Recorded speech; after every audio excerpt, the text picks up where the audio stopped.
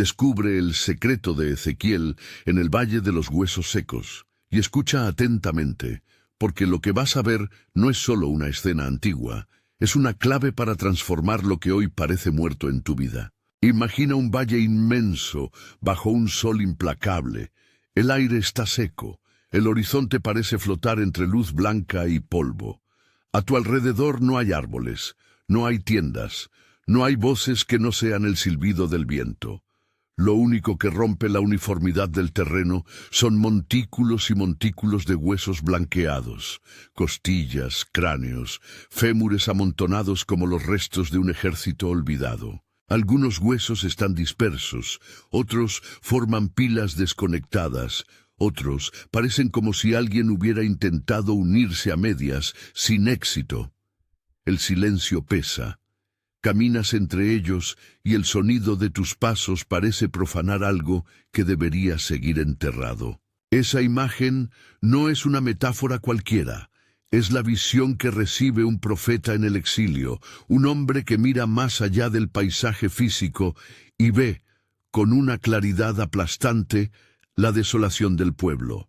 Pero también, y aquí está la primera vuelta del secreto, es un espejo donde puedes mirar tu propia historia y decir, aquí hay algo que murió, un matrimonio que se rompió, un sueño que enterraste, pensando que no regresaría, un ministerio que ha perdido fuerza, una adicción que ha consumido lo mejor de tu vida, una fe que se ha convertido en ceniza cuando la esperanza parecía inalcanzable.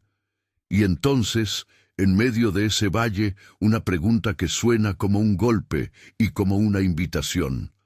¿Pueden vivir estos huesos? No es una pregunta teórica, es una confrontación. No se dirige solo al profeta, sino a la situación misma, a la realidad que parece cerrada a toda posibilidad. Es una pregunta que obliga a reconocer la gravedad del desastre, que despliega la honestidad. Esto parece imposible. El profeta responde con humildad. No ofrece diagnósticos rápidos ni soluciones grandilocuentes. No presume conocer el poder que solo pertenece a Dios. Su voz reconoce límites humanos, solo tú lo sabes. Esa respuesta, sencilla y franca, es parte del secreto. No se trata de que Ezequiel tenga una técnica mejor ni un discurso más convincente. Se trata de una postura ante Dios, humildad, dependencia, disponibilidad.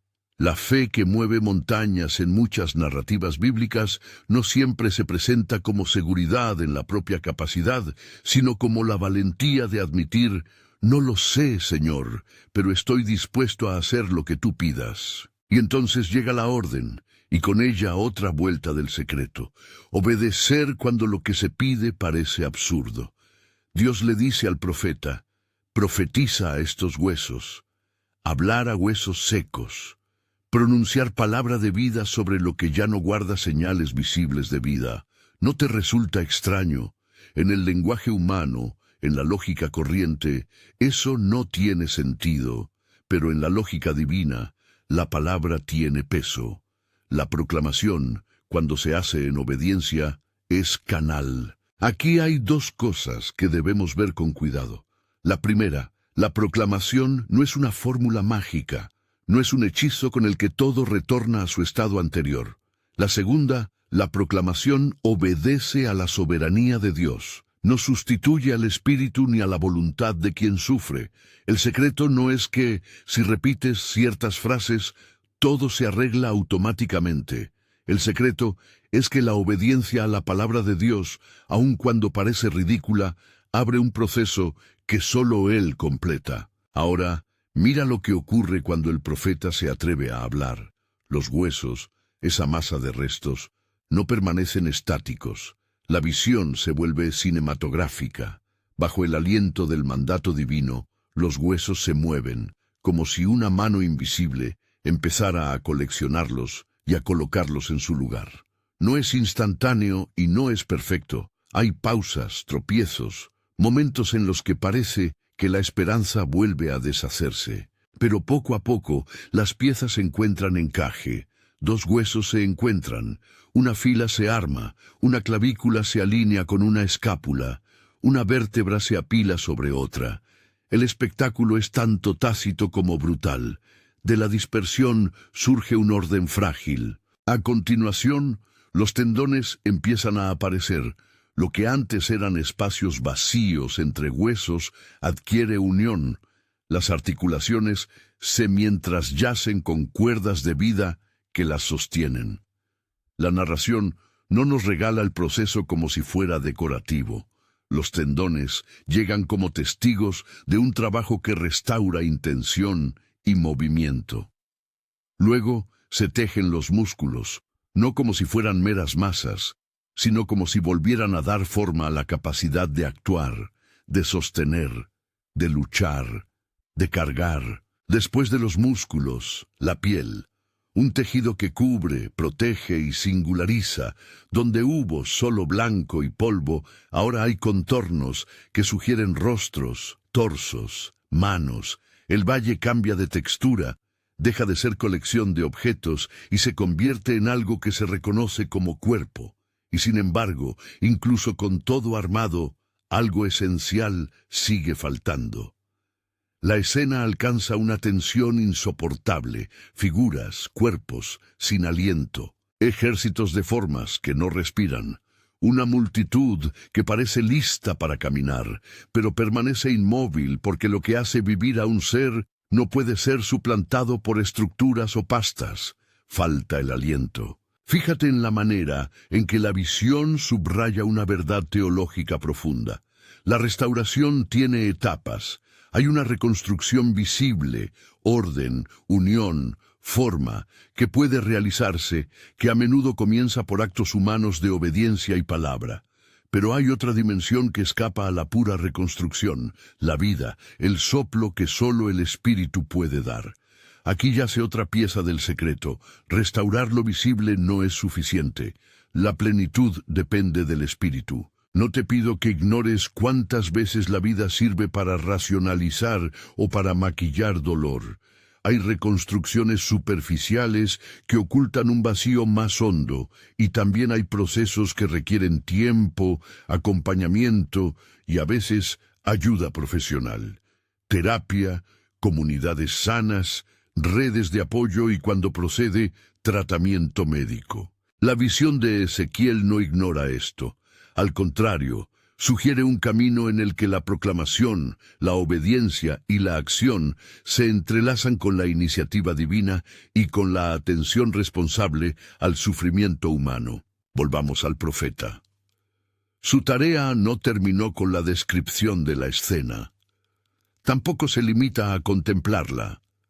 En su obediencia, Ezequiel se convierte en la voz que empieza a pronunciar la vida. No es el orador que promete resultados. Es el mensajero que pone la palabra en el aire, confiando en que la soberanía de Dios actuará. Esta actitud arroja luz sobre una práctica pastoral que hoy queremos redescubrir. La proclamación profética entendida como intercesión verbal, como declaración de la esperanza de Dios sobre lo que parece finalizado, sin olvidar la humildad ni la responsabilidad.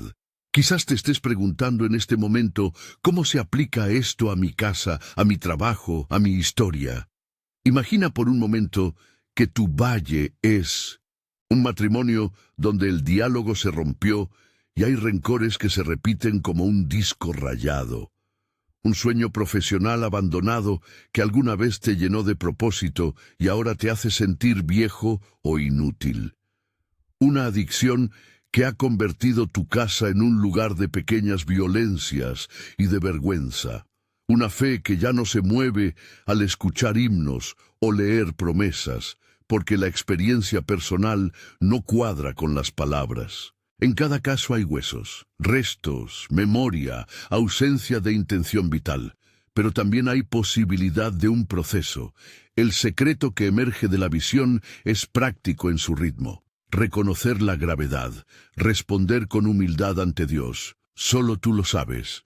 Obedecer la palabra cuando Él la pide, profetizar, y trabajar en la reconstrucción tangible, poner piezas en su lugar, sin descuidar la búsqueda del soplo del Espíritu. Permíteme ofrecer un modo de dar los primeros pasos, no como receta mágica, sino como una hoja de ruta de obediencia y esperanza. Primero, identifica con valentía. Nombra tu valle. No lo minimices. Reconocer que algo está roto es el comienzo del proceso de sanidad. Segundo, adopta la postura de Ezequiel. No te presumas todopoderoso. Acércate a Dios con la sinceridad de quien admite su incapacidad y su dependencia. Tercero, pronuncia palabra. Esto puede sonar raro, pero la proclamación no es una fantasía. Es una forma de alinear tu voluntad con la promesa de Dios. Puedes decir con fe cosas sencillas. Señor, declaro que en este lugar vuelva a haber diálogo. O, Padre, hoy profetizo vida sobre este sueño enterrado. Estas no son instrucciones mágicas al espíritu, son actos de fe que colocan tu corazón en sintonía con la acción divina. Cuarto, actúa, reúne huesos, busca ayuda, repara lo que está a tu alcance. La restauración suele necesitar planos, manos que trabajen y procesos concretos. Quinto, persevera en la búsqueda del aliento del Espíritu. Oración, comunidad, silencio receptivo, sacramentos o prácticas espirituales que invitan al soplo. No quiero que pienses que al decir esto trivializo el dolor. Muchas de las situaciones que llamamos huesos implican traumas profundos, pérdidas que no se resuelven con una simple declaración. Por eso insisto en la responsabilidad. Busca acompañamiento, confía en profesionales cuando sea necesario, permítete tiempos de duelo y reparación. La visión de Ezequiel nos ofrece una promesa, pero también una ética de acompañamiento. La restauración es obra de Dios que nos incluye, no una excusa para eludir procesos terapéuticos legítimos. Vuelve por un momento al valle, visualiza los cuerpos ya formados, inmóviles, como espera angustiosa. Sientes la pulsación de la escena, todo está listo, menos el aliento. Ese instante es el nudo dramático de la visión. ¿Qué viene ahora? ¿Será el Espíritu quien, por fin, vuelva la carne en vida? ¿Cómo recibirán el soplo aquellos que han vivido demasiado tiempo como formas sin espíritu? En medio de esa tensión, la palabra secreto empieza a cobrar sentido más profundo. No es un truco escondido ni una fórmula enterrada en un texto antiguo. El secreto está en la combinación, la palabra que se pronuncia con obediencia, la humildad del siervo que admite su propia limitación, la paciente labor de reconstruir lo visible, la dependencia radical del espíritu para lo invisible. El secreto es una economía divina en la que cada elemento es necesario y ninguno funciona por sí solo. Quiero detenerme un instante y hablarte con transparencia pastoral. Si hay algo en tu vida que huele a hueso seco, una relación que no respira, una vocación que se congeló, una adicción que te roba, no caigas en la falsa trampa del optimismo fácil. Tampoco te conformes con la resignación. El camino de Ezequiel nos propone un equilibrio, honestidad emocional, acción evidente y apertura espiritual. No siempre la transformación será inmediata. A menudo será progresiva, con avances y retrocesos. Pero la promesa divina permanece. El Señor conoce la soledad de tus huesos y su palabra puede iniciar un proceso. Antes de seguir adelante, te invito a hacer un ejercicio breve y sencillo. Cierra los ojos por un momento, respira y pon en silencio ante ti ese valle personal. ¿Qué huesos ves? Nombra uno, solo uno, y con voz interior, o en voz alta si te es posible, repite esta confesión humilde. Señor, hay algo muerto aquí, no sé cómo revivirlo, solo tú lo sabes. No lo digas como consigna vacía, dilo con honestidad. Si esta palabra ha tocado algo en tu corazón, compártelo en los comentarios. Escribe una palabra que nombre tu valle. No tienes que dar detalles íntimos, basta con una sola palabra que te permita empezar a caminar con otros. Séte a temprano. Comparte una palabra que nombre tu valle en los comentarios o guárdala en tu corazón para seguir reflexionando. Retoma la visión. El profeta continúa con su tarea, no se queda en la contemplación ni se pierde en la poesía de la reconstrucción. Sigue pronunciando la palabra conforme al mandato. La escena vuelve a cambiar. Los cuerpos se elevan lentamente, no como marionetas sin voluntad, sino como individuos llamados a incorporarse. Algunos abren los ojos, otros aún titubean. Hay una expectación colectiva. Algo está por ocurrir que no depende del orden físico ensamblado. La historia, sin embargo, aún no ha llegado a su culmen. En esta parte de la visión, el relato pone frente a nosotros una invitación pastoral que no debemos soslayar. Muchos creyentes esperan el momento del soplo como una meta distante y olvidan que su propia palabra y sus propias manos fueron llamadas a participar. Es decir, la restauración de Dios no elimina la necesidad de nuestras decisiones ni nos exime de la ética del cuidado. La proclamación no sustituye el acompañamiento médico o terapéutico. La humillación del profeta no equivale a pasividad humana. Y la dependencia del Espíritu no borra la urgencia de la responsabilidad social y comunitaria donde la vida debe encontrar suelo firme para crecer. Mientras observas esta escena, quizá empiezas a reconocer detalles que antes te resultaban invisibles.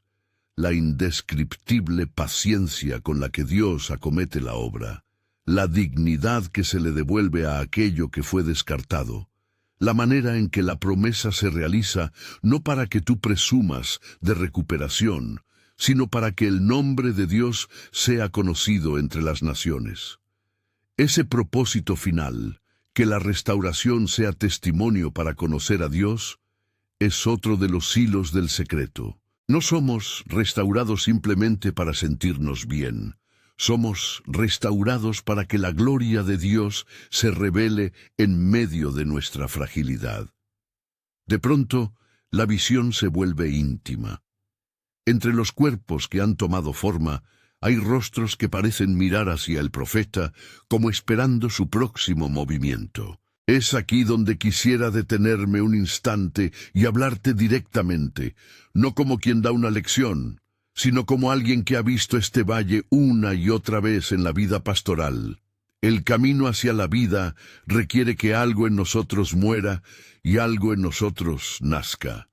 A veces debemos permitir que viejas seguridades se deshagan para que la voluntad de Dios pueda construir sobre cimientos nuevos. Esto duele, es verdad. No es un proceso rápido ni carente de llanto.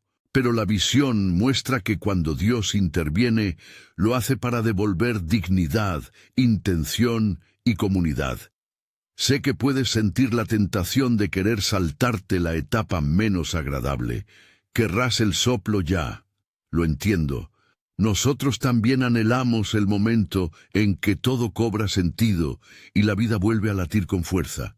Pero la narrativa bíblica nos enseña a valorar el proceso. Si hoy te hallas en esa espera, permite que la historia del valle te enseñe paciencia fértil.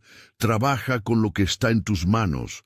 Pronuncia con fe lo que Dios te pide decir, busca compañía para el camino y mantén el corazón abierto al soplo que solo Él puede dar. La escena se aproxima a un punto crítico. Los cuerpos están formados. La forma del ejército aparece en hileras. Hay movimiento, sí, pero todavía pesa la ausencia del aliento. La expectativa colectiva, tanto en la visión como en nuestra propia vida, se concentra en una pregunta silenciosa que cae sobre cada uno de nosotros. ¿Aceptaremos ser instrumentos de restauración? ¿Estaremos dispuestos a profetizar cuando la lógica humana nos diga que no tiene sentido? podremos mantener una humildad que deje espacio al actuar del Espíritu y al mismo tiempo poner nuestras manos a la obra. Te dejo con esa imagen, un campo lleno de cuerpos que han sido rehechos, esperando algo que solo puede venir desde lo más profundo del cielo. No cierres esta escena como si fuera una historia lejana. Mírala como una puerta. Tal vez hoy no recibas el soplo final, pero la aparición de la forma es ya un signo. Algo comenzó, y este algo exige tu respuesta. Reconocer, disponer, declarar y trabajar, siempre esperando el aliento que da vida. Mientras la visión respira ese silencio expectante, el relato nos conduce, paso a paso, hacia la escena decisiva.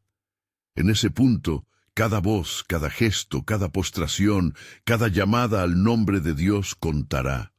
Aquí termina esta etapa de la visión, con el valle transformado en un campo de figuras que anhelan vivir. La tensión queda en el aire. El momento definitivo está cerca y la decisión de obedecer, de proclamar, de buscar al Espíritu se vuelve más urgente que nunca. El silencio que quedó sobre el valle se quiebra por algo que no es ruido humano. Es la voz que responde a la obediencia.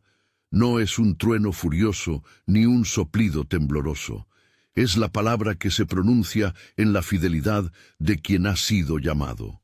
Profetiza, dijo el Señor, y la obediencia volvió a ponerse en movimiento. El profeta no se encoge ante lo ridículo de la petición. No negocia con la lógica visible, habla. Y cuando la palabra sale de su boca, algo más que sonido atraviesa el aire. Hay intención, hay entrega, hay una alianza entre la voz del siervo y la promesa del Señor. Lo que ocurre a continuación mezcla lo imaginable con lo sobrenatural. Al pronunciar palabra, Ezequiel se convierte en canal. Al igual que quienes han escuchado el mandato y lo han obedecido a lo largo de la historia, él no fabrica la vida, declara la posibilidad y tiende las manos. Los huesos reaccionan. No siempre la primera declaración es espectacular. En la visión, el proceso es gradual, cargado de tensión y de pequeños prodigios que, uno a uno, componen la obra mayor. Esta es otra enseñanza del secreto. No todo aparece de una vez. Muchas veces la mano de Dios actúa por etapas que requieren nuestra paciencia, nuestra presencia y nuestro trabajo. Imagina ahora, sin prisas, la primera respiración que pudo sentirse en ese valle. No la que da vida plena, sino una aspiración tímida. Una costilla que se ajusta, un músculo que se tensa, un párpado que vibra y parpadea. Esas pequeñas señales anuncian que algo ha comenzado a cambiar desde adentro. El proceso no transforma de golpe el pasado ni borra las cicatrices, pero inaugura un camino hacia la posibilidad. Es una primera respuesta a la proclamación obediente y nos enseña que la palabra en obediencia siempre pone en movimiento aquello que la soberanía de Dios completará. Ahora escucha con atención. El soplo decisivo no procede de la palabra humana ni depende de nuestra elocuencia. Después de que los cuerpos estuvieron compuestos, cuando la piel cubrió las formas y los rostros mostraron semblantes, el texto bíblico nos lleva al momento cúspide, la invocación al Espíritu. Sopla, marca la orden divina. Y aquí se muestra la última pieza del secreto, el aliento que vivifica, el Espíritu que insufla vida. Es el Espíritu quien termina la obra y la corona con su presencia.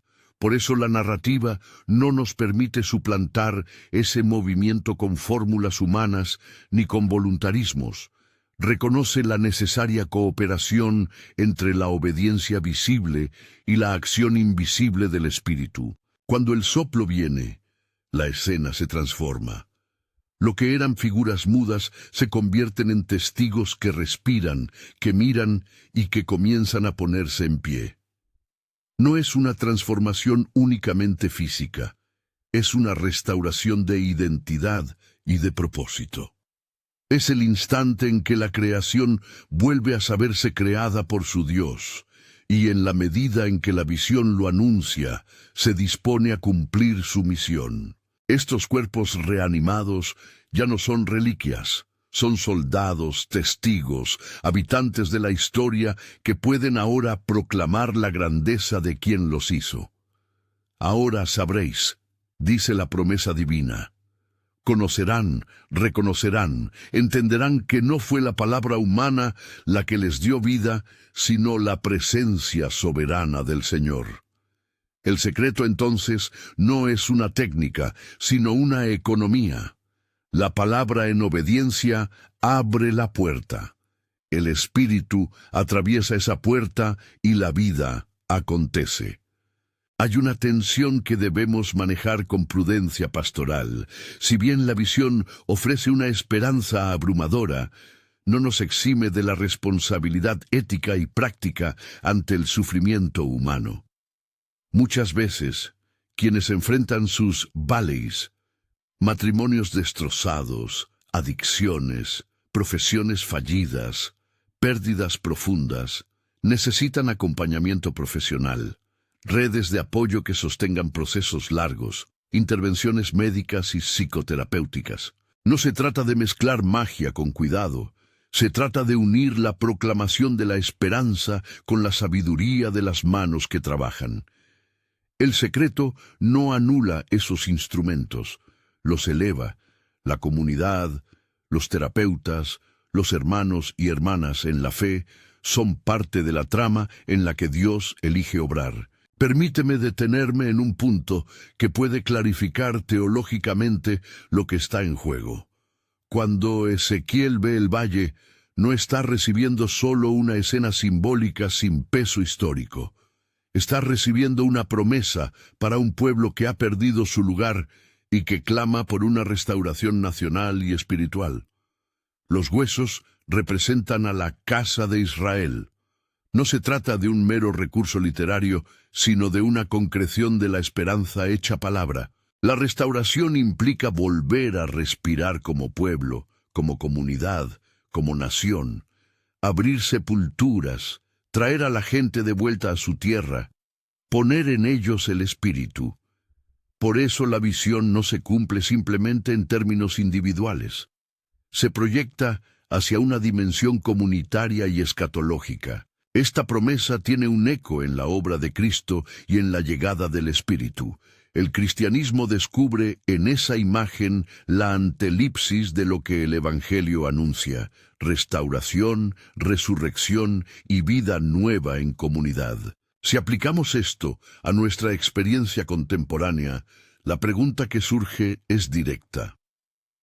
¿Cómo reconocer en mi propia historia la necesidad de que Dios actúe con su aliento?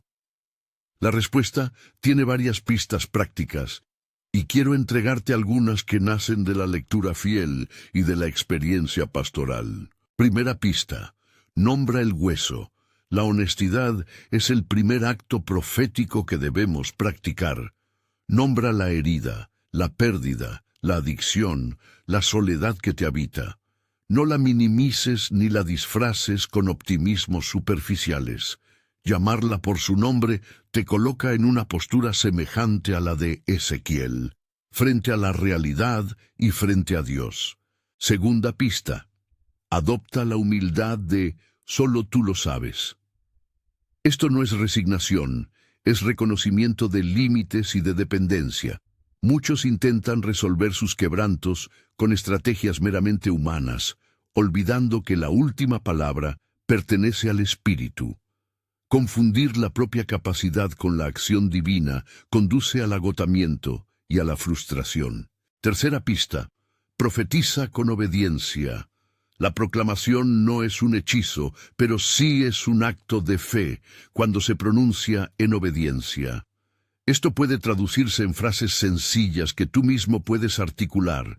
Declarar restauración en un matrimonio, declarar libertad frente a una adicción, declarar reinicio de una vocación. Hazlo con humildad, sin arrogancia, y como parte de un proceso que incluye acciones concretas. Cuarta pista. Reúne huesos en lo práctico. Si tu relación está rota, busca consejería, identifica patrones que lastiman, establece límites saludables y aprende a comunicar dolor sin agresión. Si un sueño profesional está enterrado, elabora un plan, forma alianzas, actualiza competencias, busca mentores. Si la adicción domina, acude a tratamientos, grupos de apoyo y supervisión profesional. La restauración demanda manos humanas que trabajen en cooperación con la iniciativa divina. Quinta pista. Busca el soplo del Espíritu persistentemente. Esto no significa esperar pasivamente, significa cultivar prácticas espirituales que hagan espacio para la acción del Espíritu, oración humilde, silencio, lectura atenta de la Escritura, participación en comunidad, sacramentos si perteneces a una tradición sacramental, y la súplica constante para que el Señor sopla donde Él quiera. Recuerda, la proclamación abre, el Espíritu sopla. Ambos son necesarios. Sexta pista.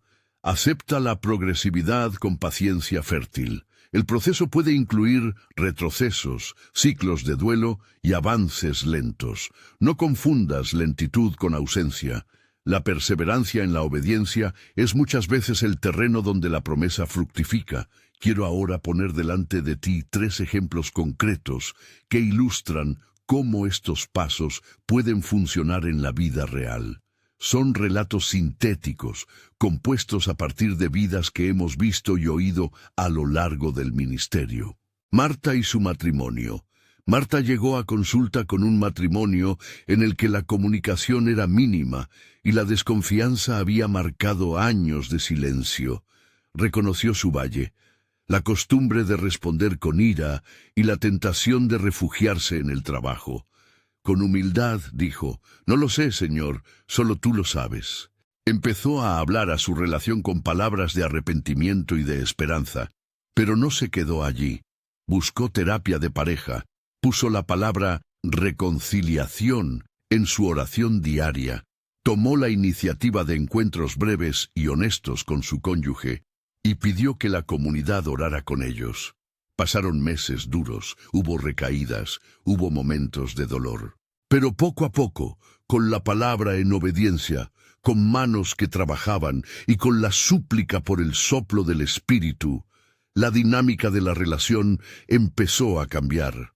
Aparecieron conversaciones sinceras, gestos de perdón y reinicio de intimidad afectiva. Marta no recibiría promesas de soluciones fáciles, pero sí pudo ver la obra progresiva de la restauración. Luis y su adicción.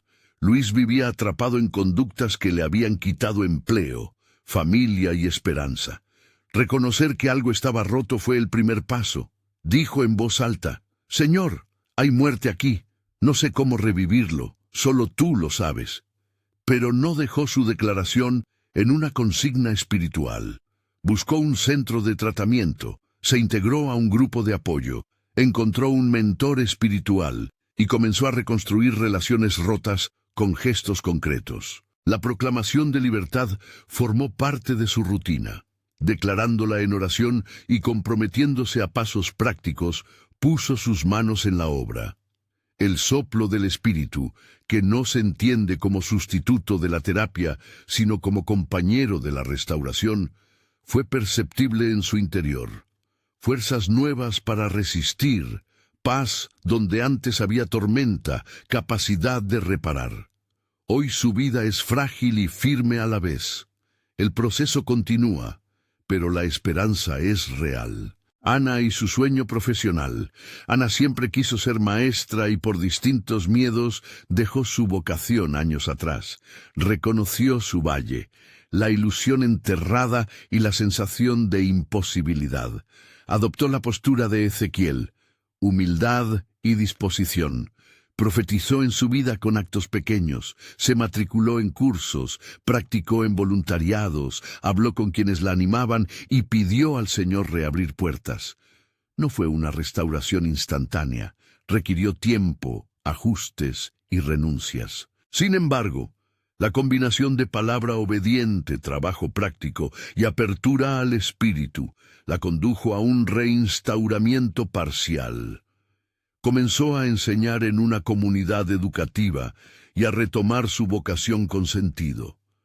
No todo quedó perfecto, pero la identidad de Ana recuperó pulso. Estos ejemplos no son fórmulas, son testimonios de que la economía del secreto funciona en la realidad. Palabra en obediencia, manos que trabajan, espíritu que sopla. Si tu situación se parece a alguna de estas, las orientaciones prácticas que te di pueden servir como mapa inicial. No los tomes como garantías, sino como pasos de fidelidad. Quisiera proponerte ahora un ejercicio de visualización guiada, breve y sencillo, que puedes repetir cuando lo necesites. No es terapia clínica, es una práctica espiritual que busca unir la disposición interior con la acción de la palabra y la invocación al espíritu. Hazlo si te sientes preparado. Si estás en un momento vulnerable o con riesgos psíquicos, considera hacerlo con un acompañante o un profesional. Cierra los ojos o baja la mirada. Respira con lentitud 3 veces. Imagina tu valle. Ubica el lugar donde sientes la sequedad, el hueso que te nombra. Dale un nombre corto: soledad, miedo, vergüenza, adicción, silencio. Míralo sin juzgar. Luego, en silencio o en voz baja, declara con humildad: Señor, aquí hay un hueso. No sé cómo hacerlo vivir, solo tú lo sabes. Permite que esa honestidad ocupe un minuto. Ahora comienza a recoger imaginariamente los huesos, con tus manos, con tu palabra, con pequeños gestos. Hazlo simbólicamente. Junta una costilla, alinea una vértebra, coloca una mano en el sitio donde duele. Mientras lo haces, pronuncia una frase breve que te comprometa al trabajo humano. Buscaré ayuda. Hablaré con quien me apoya. Aceptarás mis pasos pequeños. Luego, inclina tu corazón a invocar al Espíritu con una súplica sencilla. Señor Espíritu, sopla aquí, trae aliento. No pidas espectáculo, pide vida. Quédate unos instantes en silencio, escuchando. Si te es posible, abre los ojos suavemente y escribe en una frase lo que viste o sentiste. Este acto no sustituye procesos terapéuticos, pero puede ayudarte a integrar la palabra con la práctica. A continuación, te ofrezco una declaración profética breve que puedes repetir si te resuena. Hazlo con humildad, sin intentar manipular al espíritu, sino como alineamiento de tu voluntad con la promesa divina. Padre, declaro que en este lugar vuelva a haber vida. No lo sé todo, pero confío en tu acción. Sopla vida, espíritu, y restáuranos según tu misericordia. No es una fórmula mágica, es una profesión de fe en la intersección entre nuestra obediencia y la obra de Dios. Llegamos a uno de los puntos más delicados: las expectativas. Muchos oyentes buscan garantías inmediatas y se desencantan si los procesos son lentos. Quiero decirte con cariño pastoral que la promesa no es siempre sin dolor, ni es siempre con fechas dibujadas por nosotros. La restauración que anuncia el Señor a través de Ezequiel tiene horizonte escatológico. Apunta a que, en la plenitud de los tiempos, la muerte será derrotada por completo. Mientras tanto, la historia humana vive en la tensión. Recibimos primeros síntomas, señales de vida, restauraciones parciales y la llamada a perseverar. No te confundas, la esperanza cristiana no promete milagros instantáneos en cada caso, pero sí asegura que Dios es competente para traer vida donde solo hay huesos. También quiero advertir sobre una trampa frecuente: el orgullo espiritual que hace parecer que la recuperación depende totalmente de la fuerza de la fe individual. No, la visión subraya la soberanía del Espíritu y la humildad del profeta. No caigas en la culpa si las cosas no cambian según tu calendario. Esto no es una prueba de menor fe.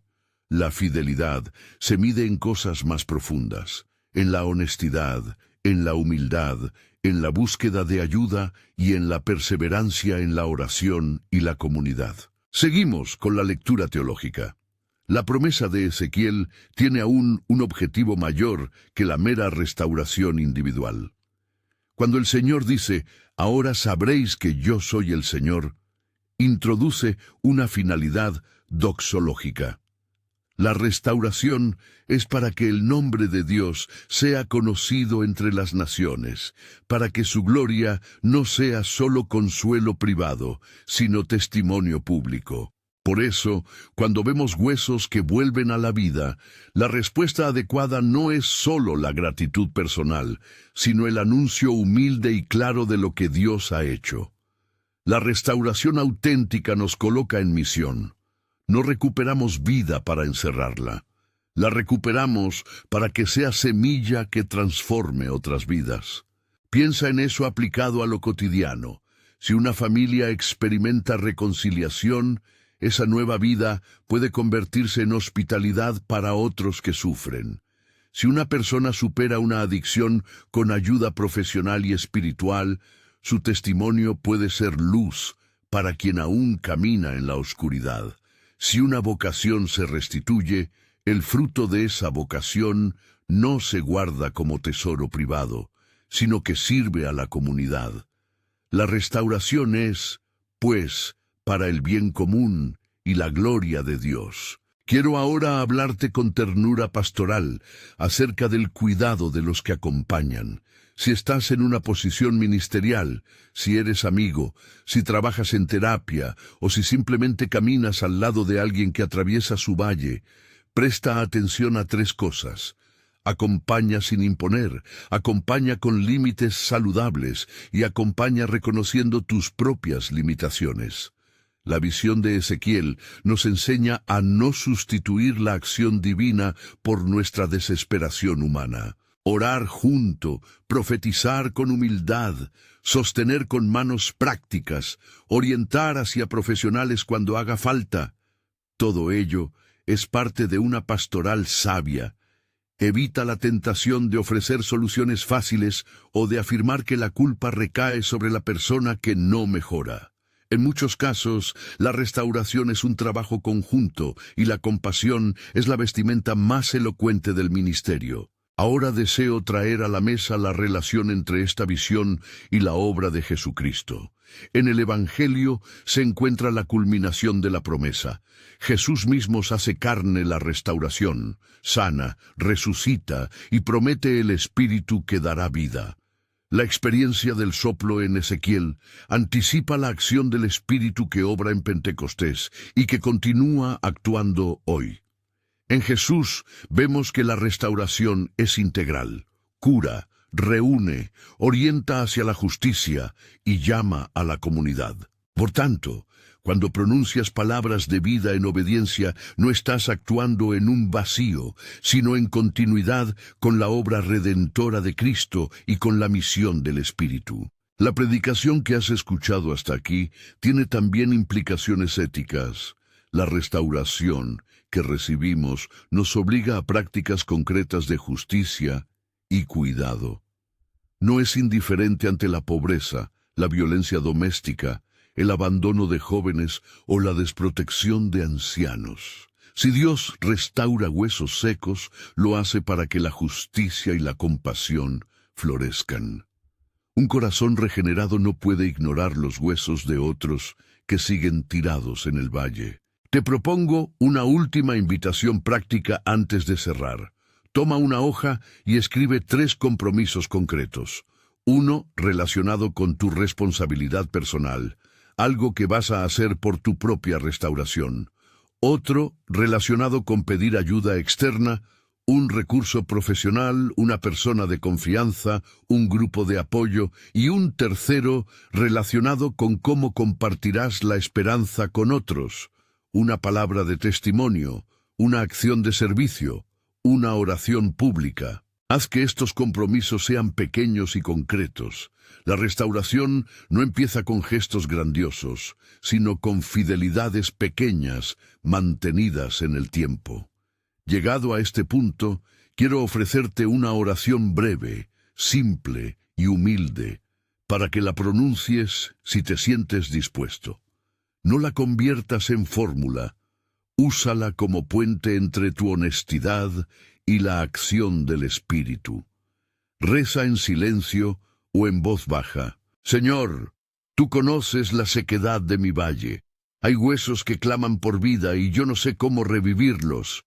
Solo tú lo sabes. Te entrego este lugar de dolor. Te pido palabra para hablar, manos para trabajar y espíritu para soplar. Haz de mi obediencia una ofrenda y de tu aliento la promesa cumplida. Amén.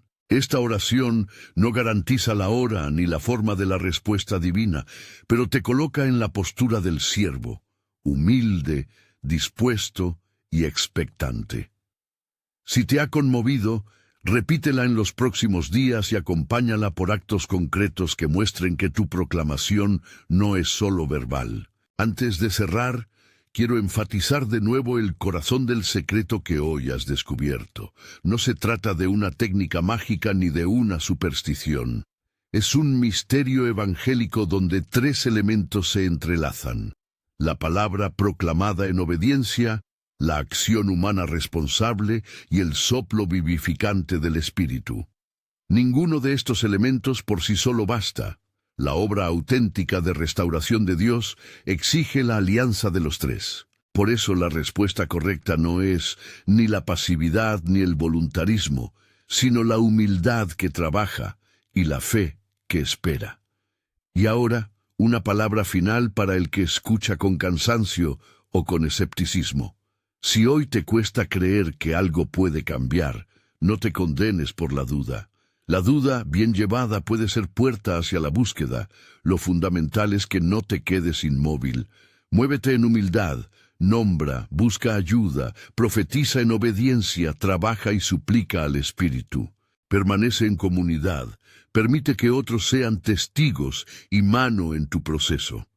La restauración, tal como la revela Ezequiel, incluye fragilidad y valentía a la vez. Descubre el secreto que hoy hemos desenterrado, la combinación de obediencia, palabra y espíritu que transforma huesos secos en testigos vivientes. Que esta revelación impactante no quede como una idea bonita, sino como una práctica diaria que te empuje a hacer pequeños actos de fidelidad. Que tu vida sea, si el Señor lo permite, uno de esos testimonios que hagan que ahora sepan que Él es el Señor. Si esta palabra te ha tocado y quieres dar un paso concreto de comunidad, comparte tu testimonio o una palabra que nombre tu valle en los comentarios. Si prefieres, únete a un grupo de oración o de apoyo local donde puedas acompañarte y ser acompañado. Si quieres recibir recursos sobre acompañamiento, restauración y prácticas espirituales, suscríbete al canal o síguenos para más materiales que te ayudarán a caminar. No estás solo en este valle. Hay manos, gente y una comunidad que desea sostenerte. Que la paz que busca tu corazón te acompañe en los días que vienen. Que la humildad de Ezequiel y la soberanía del Espíritu se encuentren en tu camino. Y que cuando llegue el soplo, tu vida se convierta en testimonio de la gloria de aquel que resucita lo que parecía perdido. Bendición en este camino, que la gracia te sostenga, que la sabiduría te guíe y que el Espíritu por quien todo vive sople sobre tus huesos secos ahora y siempre.